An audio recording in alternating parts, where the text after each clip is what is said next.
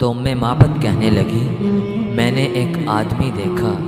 جس کا حسن و جمال جھلک رہا تھا، چہرہ تابناک خوش اندام، توندلے پن کا عیب نہ دبلے پن کی خامی، حسن میں ڈھلا ہوا پیکر، سرمگی آنکھیں، لمبی پلکیں، بھاری آواز، لمبی گردن، گھنی داڑھی، باریک اور باہم ملے ہوئے آبرو، خاموش ہو تو باوقار، گفتگو کرے تو گردن اٹھا کر، چہرے کی رونق فزوں تر، حسن و جمال میں سب سے بڑھ کر، دور میں دیکھنے میں سب سے تابناک اور قریب سے شیریں ترین، حسین ترین، گفتگو میں چاشنی، بات واضح اور دو ٹوک، کم گو نہ بسیار گو، گفتگو ایسی گویا لڑی سے موتی جڑ رہے ہوں، درمیانہ قد، نہ لمبا کے نہ گوار لگے، نہ ناٹا کے نگاہ میں نہ جچے، دو شاخوں کے درمیان ایسی شاخ کی طرح جو تینوں میں سب سے خوش منظر اور سب سے شاندار ہو، رفقا اس کے ارد گرد حلقہ بنائے ہوئے تھے، وہ کوئی بات کہتا تھا تو دھیان سے سنتے تھے، کوئی حکم دیتا تھا تو لپک کر بجا لاتے تھے،